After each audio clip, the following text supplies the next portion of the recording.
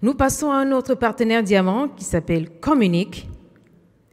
Et donc, l'exposé ou la présentation se portera sur compléter la transformation digitale de votre système de relations client-citoyen par une solution de signature électronique intégrée.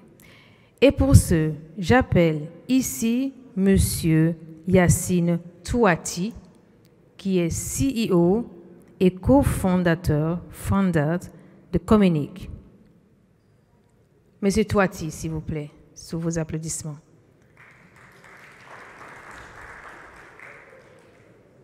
Pendant que M. Touati s'apprête à venir ici, nous allons donc annoncer que M. Moez Ben Barek, CEO de NG Sign, prendra aussi certainement la parole ici pour faire un exposé. Voilà.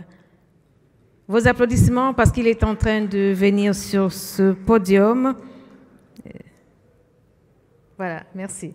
Merci. La parole est à vous. D'accord, allez-y.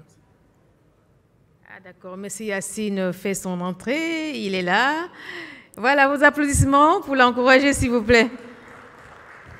Monsieur Yassine, qui est donc partenaire diamant de la société Communique. Merci. Mesdames et messieurs, bonjour. Merci pour votre présence.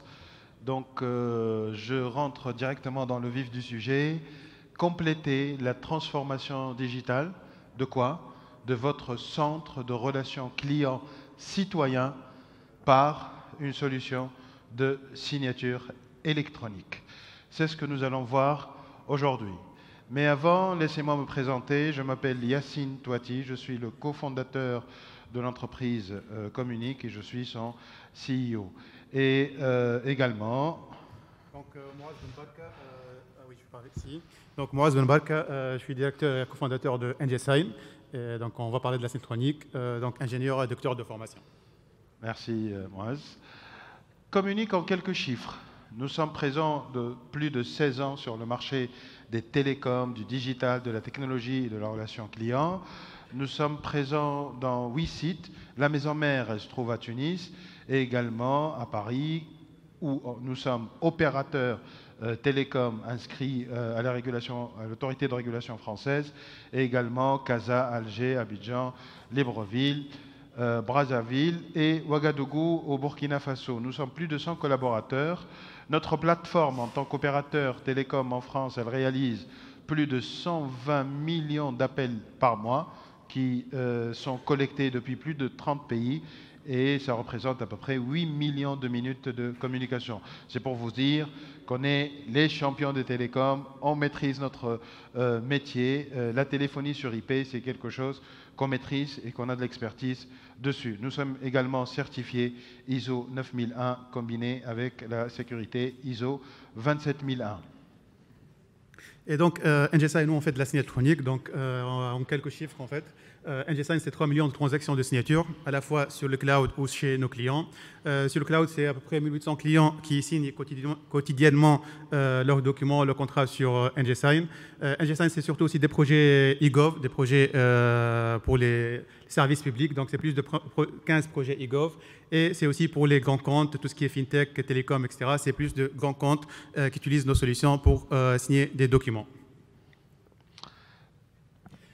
Donc NGSign, effectivement, en fait, quand on parle de la signature électronique, et on va en parler après en détail, c'est surtout le volet certification. Donc NGSign, c'est à la fois en fait certifié, nos solutions sont certifiées en Tunisie par notre agence nationale de certification. Donc on parle de la certification de NGSign, la certification de QR Secure, notre deuxième solution de signature, et on est aussi autorité de certification dans le sens européen avec une certification IDAS en tant que fournisseur de services de confiance, qu'on peut voir sur le slide suivant. Donc voilà, NGSign, en fait, c'est quelque chose qu'on a fait il y a à peu près 11 mois, maintenant 1 an. NGSign, en fait, c'est l'unique fournisseur ou autorité de certification privée qui est certifié IDAS en Afrique. IDAS, en fait, c'est le framework européen. C'est une réglementation qui couvre 27 pays, qui couvre tous les services de confiance, dont la signature électronique. Donc, tu confirmes que NGSign, c'est l'unique entreprise africaine privée certifiée par une autorité de régulation, de certification européenne, ou un cabinet de certification européenne qui s'appelle EDAS. Je ne sais pas si ça mérite un applaudissement, mais moi vraiment, j'applaudis. Merci NGSI. Donc voilà, ça rentre toujours dans notre philosophie. Le Made in Africa peut atteindre des sommets. Qu'est-ce qu'on va voir pendant les 25 minutes? Les principales notions de la signature électronique pour ceux qui ne savent pas ce que c'est la signature électronique. On va simplifier les choses. À partir de maintenant et d'ici 5 minutes, tous ici présents, vous allez savoir ce que c'est la signature électronique. Ensuite, quels sont les cas d'usage? Comment on peut appliquer la signature électronique dans notre système d'information et plus particulièrement dans un système d'information de la relation client. Comment aujourd'hui, enfin j'espère que vos organisations et vos entreprises, ils ont intégré déjà un outil informatique, numérique, digital pour gérer la relation avec leurs clients, avec leurs citoyens. Et justement, moi j'ai envie d'avoir une information. Celui qui gère la relation client-citoyen dans son entreprise d'une manière digitale avec un outil, il lève la main, s'il vous plaît, ou il se lève. 1, 2, seulement.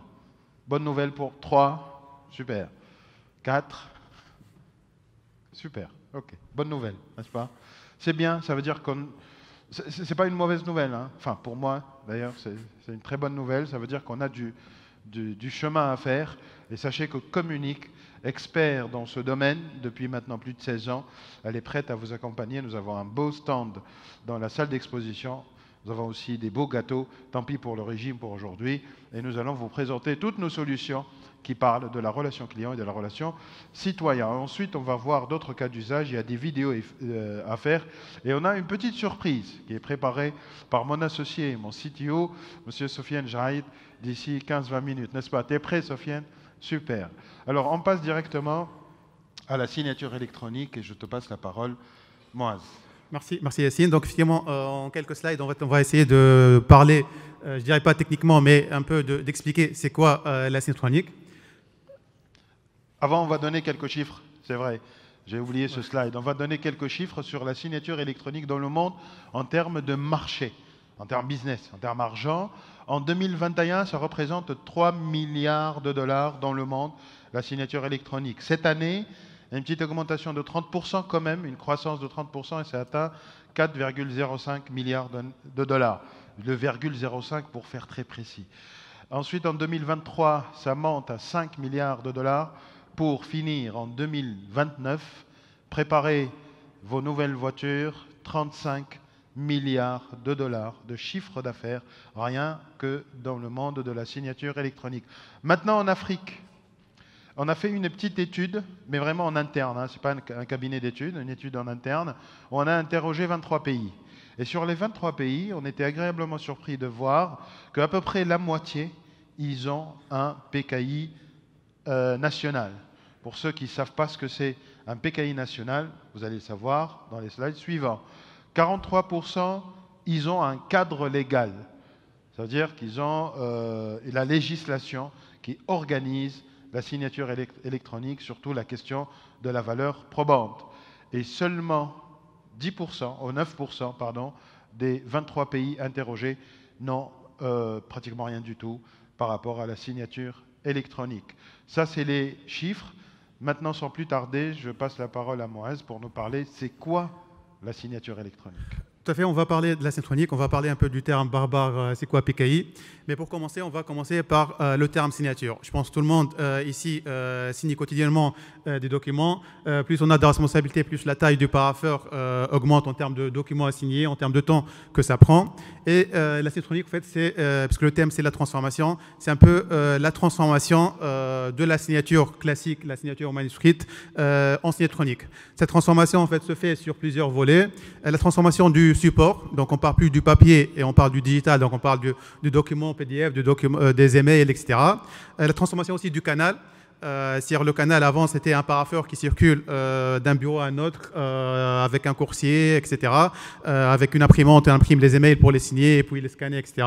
Là, on parle aussi du canal. On peut signer, quand on parle d'électronique, on peut signer sur son téléphone, sur sa tablette, sur son laptop, sans imprimer, donc sans passer par le support papier. Et cette transformation-là, et c'est pour ça il y a le terme un peu aussi barbare sur le slide précédent, qui est le procédé. Cette transformation se fait avec un procédé cryptographique. Et pourquoi on utilise la cryptographie? C'est pour garantir finalement les trois propriétés qui sont ici. Réellement, quand on signe un document papier, on a besoin de trois choses. On a besoin de se dire que le document ne doit plus changer. Donc, c'est l'intégrité, ce qu'on appelle l'intégrité. C'est qu'une fois que j'ai fait mon dessin sur le papier, je ne veux plus qu'on le change et qu'on me dise que c'est ce que j'ai signé. C'est la même chose qu'on peut avoir avec la signature électronique. On parle de, bien sûr, au même niveau que l'intégrité de l'identité. Ce dessin-là, avec lequel on est très familier, ça identifie une personne. Donc, c'est un peu l'expertise. Ça permet de dire que cette signature-là, manuscrite, elle est associée à une personne et une personne unique. C'est la même chose qu'on peut faire avec la signature électronique. Et c'est là où on va voir le rôle de ce qu'on appelle la PKI, de la certification. Donc, ça permet de dire que cette signature-là, ça appartient à une personne bien spécifique. Et à la fin, il y a la non-repudiation. C'est quelque chose qu'on a aussi dans le monde papier, mais un peu plus compliqué. C'est le fait de dire qu'une fois que moi j'ai signé mon document, je ne peux pas me retirer. Je ne peux pas dire que ce n'est pas ma signature. Je ne peux pas dire que je n'ai jamais signé ce document-là. Et la non-repudiation, naturellement, c'est très important, surtout quand on parle d'acte de contrat ou d'acte de vente. Il ne faut pas que les clients se désistent après l'acte de vente de dire ce n'est pas sur quoi je me suis engagé, ce n'est pas l'article que j'ai acheté. Donc c'est l'ensemble de ces propriétés-là qui permettent de faire la transformation de la signature, qui permet de faire la signature électronique. Et c'est là où on arrive au cadre juridique. Donc ici, on a parlé effectivement de l'absence ou de la présence du cadre juridique. Donc là, il y a un peu les textes en Tunisie. Donc en Tunisie, en fait, c'est, je pense qu'on est un peu fiers, c'est le premier pays qui a mis en place le cadre juridique. Donc ça fait à peu près 22 ans où on a les lois qui disent que la signature électronique a la même valeur que la signature manuscrite. Donc ça précède vraiment des frameworks, même des frameworks européens.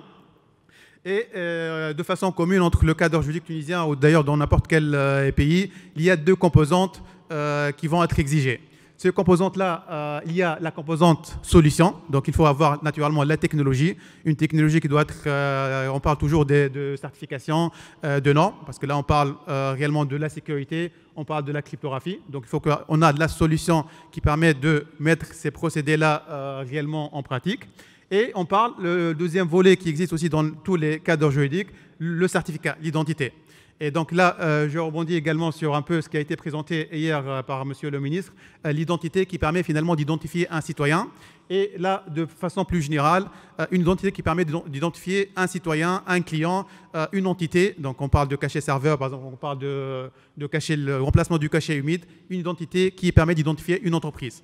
Et donc, c'est la combinaison en fait, de la solution et le certificat qui nous permet de faire de la signature électronique de façon sécurisée. Et c'est là, on arrive au terme PKI ou au terme FSC, fournisseur de services de certification. En fait, c'est les solutions ou c'est le framework qui permet de gérer ces certificats. Donc, en fait, ces certificats, finalement, c'est ça qui va nous permettre de signer des documents.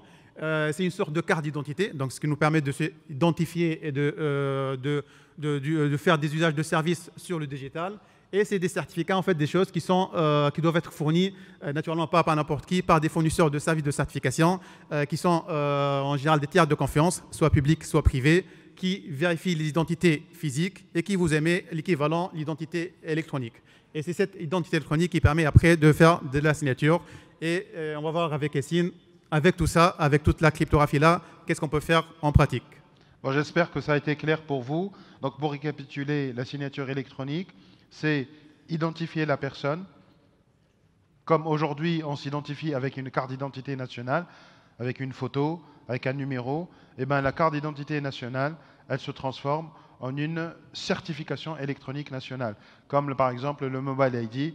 On sait que celui qui a cette certification électronique, ben je suis sûr que c'est bien Hatem Trigui qui a cette certification et elle ne peut jamais être usurpée par quelqu'un d'autre. Ensuite, il y a la partie informatique qui permet d'utiliser, au lieu d'utiliser sa main, son stylo et un bout de papier, Et comme ça, on essaye de garder ce qui reste à garder de nos forêts et utiliser tout ça d'une manière numérique. Maintenant, qu'est-ce qu'on peut faire avec la signature électronique? On peut par exemple vendre en ligne. Hein, toutes les entreprises, elles aiment bien vendre, gagner de l'argent, faire du chiffre d'affaires, faire des bénéfices. Donc il y a toute une stratégie, toute une possibilité de pouvoir vendre en ligne, pas d'une manière classique, à travers des CRM. Maintenant, vendre, ça veut dire qu'il y a une entente entre un fournisseur et un client. Cette entente, elle doit être matérialisée souvent par un contrat, des conditions générales de vente, par un formulaire signé, par surtout le fameux bon de commande signé qui fait plaisir à nos commerciaux. Et bien, ce bon de commande signé, tout ça peut être fait d'une manière complètement numérique. Place à une vidéo que je vais commenter qui va vous montrer comment on passe d'un chat sur Messenger, quelqu'un qui rentre sur notre site web. J'espère que nous tous, on a dans nos organisations un site web. Ce n'est pas la peine de poser la question, levez la main, parce que j'aurai tout le monde qui va lever la main. Ce n'était pas le cas il y a 20 ans. Et j'espère que ça sera le cas dans l'année prochaine quand je poserai la question. La personne qui a un centre de relations clients digital dans son entreprise ou son organisation lève la main. J'aimerais bien voir que toutes les mains se lèvent. Maintenant, on a un site web, un visiteur, un prospect. Il visite notre site web et il va cliquer sur le bouton Messenger de Facebook qui se trouve sur notre site web parce qu'il souhaite acheter quelque chose chez Communique. Il va dire bonjour, il est très poli, notre prospect, et Messenger va lui faire une réponse automatique pour lui dire merci de s'identifier. Oui, c'est mon adresse mail, je m'appelle mohamedbenslima@gmail.com et c'est mon numéro de téléphone. De l'autre côté du site web, sur le CRM, là où il y a le commercial front office, il va voir tout ça. Il va voir ce chat et il va voir que le prospect va lui dire, va lui annoncer une bonne nouvelle, va lui dire je veux m'abonner à Communique Voix IP. Hein, c'est très bien, le front office commercial va être super content et va lui dire parfait, c'est noté, un commercial va prendre en contact avec vous, va vous appeler, etc. Donc un chat qui va se faire. Et vous remarquez que sur ce CRM-là, on n'a pas besoin, le commercial n'a pas besoin d'ouvrir une fenêtre où il y a Facebook. C'est-à-dire n'importe quel commercial qui est connecté, il va pouvoir chatter avec n'importe quel prospect qui visite notre site web. Il lui dit merci, il continue à être sympa et poli. Et là, le bouton magique. On va convertir cette conversation en une opportunité ou un lead pour nos amis anglophones. Et cette opportunité-là, elle va être créée sur son outil de vente, toujours d'une manière digitale, toujours sur un CRM. Et là, on a le nom, on a le prénom. On va cliquer directement sans être obligé de prendre son mobile et sortir du process et appeler avec son mobile. Et comme ça, on n'a aucune traçabilité sur ce qui s'est passé sur la partie interaction vocale. Même l'interaction vocale, elle reste dans le CRM. On vérifie avec lui quelques informations. Alors, monsieur, vous voulez vous abonner? C'est super. Pour matérialiser notre accord, je vais vous envoyer un bon de commande. Restez en ligne et vérifiez votre adresse mail. Voilà, je viens de vous envoyer le mail, monsieur. Vous pouvez vérifier. Et là, le prospect va ouvrir son Gmail sur Firefox, par exemple, et hop, il reçoit de NGSign une invitation de signature de bon de commande, tout en restant en ligne d'une manière digitale entre le commercial et le prospect. Et là, il va ouvrir son bon de commande et bingo, le beau logo de Communique, la petite icône de la téléphonie sur IP, les conditions, le prix, ça coûte 300 €, je sais, c'est pas cher. Hop, il clique sur T ou sur pour signer d'une manière un peu semi-manuelle. Voilà, la signature, il est faite. Il y a un SMS qui vient d'être parti. SMS sur le mobile du prospect, pour être sûr que c'est bien lui qui va signer ce document d'une manière irrévocable. Hop, c'est bon, bravo, c'est signé. Je rappelle que le commercial et le prospect sont encore en ligne. Il va lui dire, alors, monsieur, vous avez bien reçu votre document signé? Oui, je l'ai bien reçu. Merci beaucoup. Félicitations. Faites bon usage de Communique Voix IP. Et là, le commercial sur son CRM, là, c'est le prospect qui est en train de voir son banque de commande bien signé et qu'il va payer un total hors taxe de 300 €. Et là, le commercial, son interface, il va dire oui, il a reçu, oui, il a signé et il qualifie sa vente. D'un site web, d'un chat messenger, jusqu'à l'appel téléphonique, l'identification du client, l'envoi de mail sur une même interface, sur un CRM, signé électroniquement de bout en bout. Vous avez vu, c'est tellement simple, c'est tellement rapide, c'est tellement confortable, et c'est ce qu'il devrait être en 2022 à l'aube de 2023. Ça, c'était la première vidéo. La deuxième vidéo, ce sera une signature, cette fois-ci sans aucun contact. Avant d'aller à la vidéo, c'est comme si toute l'entreprise, elle est en team building à la Médina Hammamet, ou en congé, ou en jour férié.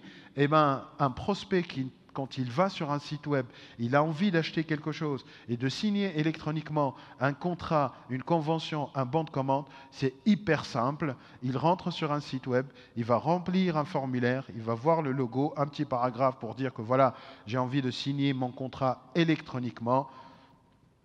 Il remplit quelques informations, pareil, nom, prénom, le produit qu'il va acheter peut-être, l'adresse mail, le numéro de téléphone, directement, sans aucune interaction, avec le petit CAPTCHA. Oh là là, ça m'énerve ça, chez CAPTCHA. Mais il faut passer par là, hop, confirmer les informations et signer le contrat. Et directement, il va être emmené sur le contrat de Communique International. C'est un engagement télécom. Il va lire, il va regarder. Et pareil, à la fin, ce n'est pas la peine qu'il ouvre ce fichier, qu'il imprime sur l'imprimante, qu'il met le cachet bleu, qu'il met la signature. Ensuite, il scanne. Ensuite, il renvoie par mail. Tout ça, c'est fini. Ça se fait d'une manière aussi rapide, aussi confortable, toujours avec la double authentification par SMS. Et bingo, le contrat, il est signé électroniquement. Voilà, nous avons vu deux cas de figure totalement digital, totalement numérique, que ce soit pour vendre en ligne, 100% à travers un CRM, une signature électronique à la fin, ou pour signer un contrat. Et la bonne nouvelle, c'est que quand le contrat, ça c'est un chat on va dire, professionnel. C'est un peu un WhatsApp, mais c'est professionnel, particulier, dédié à une entreprise. Ça va remplacer le mail. Pour les gens qui ne le savent pas, le mail va disparaître d'ici les 3 prochaines années, au moins en interne. Déjà, nous, en interne, on communique entre collègues, on ne s'envoie plus de mails. C'est encore avec l'extérieur, mais à l'intérieur, on n'a plus besoin d'une solution mail pour communiquer. Il y a mieux, il y a ce qu'on appelle le chat collaboratif. Et donc le chat collaboratif, ce n'est pas seulement des personnes qui se parlent entre eux, qui s'envoient des fichiers, qui font des likes, mais c'est également des bots qui informent l'ensemble de l'entreprise de ce qui se passe à l'extérieur de l'entreprise. Par exemple, un visiteur d'un site web qui signe un contrat d'une manière électronique, le bot, il va informer sur un chat, un client vient de signer un contrat, veuillez consulter votre mail ou compte NG Sign. Donc la communication, elle reste fluide, numérique, complètement digitale, zéro papier, 100% green economy. Voilà, les autres cas d'usage, je ne sais pas si tu veux prendre la parole, Moaz. Merci Yassine. Donc effectivement, là on a vu peut-être les 2 premiers cas d'usage qui sont très importants, qui sont comment vendre, soit à distance, soit en ligne, etc. Mais la Citronic, en fait, on peut l'utiliser là où il y a de la signature. Donc tout ce qui est fintech, tout ce qui est ouverture de compte en ligne, tout ce qui est signature de contrat, à la fois demande de crédit, leasing, etc. Contrat d'assurance. On peut l'utiliser aussi ce qu'on appelle la signature in person. En fait, c'est bien d'utiliser la signature qu'on est à distance, mais aussi si on passe à la digitalisation, autant aussi digitaliser le contact physique. C'est-à-dire même quand le client, finalement, il va se déplacer, il va venir en agence, ce n'est pas la peine de lui imprimer une dizaine de papiers pour qu'il les signe, pour qu'on les archive, on les envoie au siège, etc. On peut le faire signer soit sur tablette, donc en tout cas sur un support électronique, pour faire la signature de son contrat. La même chose pour les télécoms, donc tout ce qui est achat de SIM, contrat de vente en ligne, donc tout ce qui est principalement B2B. Pareil, la signature unique en boutique, donc le client qui se déplace mais qui reste quand même dans le digital. Et ce qu'on vient de voir tout à l'heure, c'est aussi tout ce qui est télévente à travers les centres d'appel. Et donc voilà, on peut généraliser en fait. Donc là, on a parlé plutôt des cas business B2B, mais aussi la signature, on peut l'utiliser en interne. Quand on dit interne, donc tout ce qui est en fait RH, contrat de travail, fiche de paye, les accords NDA entre partenaires, tout ce qui est facturation, bon de commande, comme on a vu tout à l'heure, bon de livraison, etc. Tout ce qui est workflow d'approbation, demande de congé. Voilà, en fait, tout ce qui actuellement se trouve dans vos parapheurs qui passent d'un bureau à un bureau ou qui passent d'un client pour les partenaires, etc. Ça peut être digitalisé et ça peut être signé de façon électronique. Voilà, je pense qu'on a tout dit. Merci. Et maintenant, place aux questions. J'espère que vous en avez beaucoup. Oui. Vous pouvez passer le micro, s'il vous plaît, s'il y en a.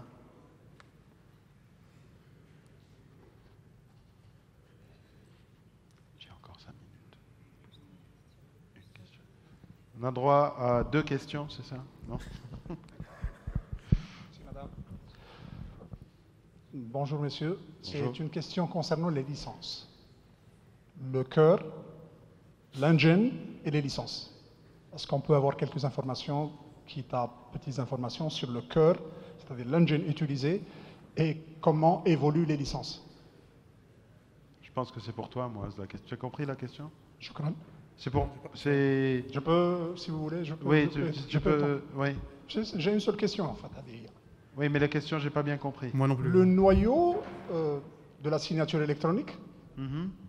c'est-à-dire le cœur, le noyau, l'engine, et puis les licences. Comment sont gérées les licences? Donc c'est par paquet, par 1000, par 100, par million, par portefeuille, par... Ouais. Voilà. Sur la part... Alors, merci pour la question, merci beaucoup. Ok, je comprends. Alors, pour la partie licence, c'est par nombre de signatures, je pense. Pour la signature, c'est ça. C'est comme, un peu comme les appels téléphoniques, c'est durée, c'est nombre de minutes, nombre d'heures. C'est pareil, sur le modèle économique, je pense que si j'ai bien compris, le modèle économique de NGSign, c'est le nombre de signatures. Vous achetez un paquet de 1000 signatures, 100 signatures, 100 000 signatures, et plus le nombre est gros, plus le prix, on peut en discuter après sur notre stand dans la salle d'exposition. Par rapport au cœur, J'ai pas compris en fait la question par rapport au cœur. C'est de l'informatique, enfin, c'est des systèmes d'exploitation, c'est du développement informatique, c'est des logiciels. C'est plus un socle, effectivement, en attendant, c'est un socle logiciel avec 2 modèles finalement technologiques. Soit c'est un socle sur le cloud, donc vous consommez le service directement sur le cloud sans aucun prérequis. Donc quand je dis sur le cloud, c'est vraiment un cloud privé qui est sécurisé, qui est certifié, etc. Donc on ne parle pas du cloud, vos données sont vraiment très contrôlées, très sécurisées. Ou le modèle qu'on appelle on-premise, c'est que la solution en tant que licence est installée chez le client, donc naturellement là, avec une intégration chez le client. Et on a aussi le modèle un peu hybride où en fait, parce que quand on parle de la signature, la certification, il y a en général la composante données, data, et la composante crypto. Et le modèle hybride, en fait, c'est qu'on met la data chez le client, donc dans son système d'information, et la crypto reste sur le cloud. Parce que la crypto, c'est là où il faut sécuriser les choses, c'est là où on utilise notre cloud sécurisé. Voilà, ça sera tout. Merci beaucoup pour votre attention. Merci. Mais merci.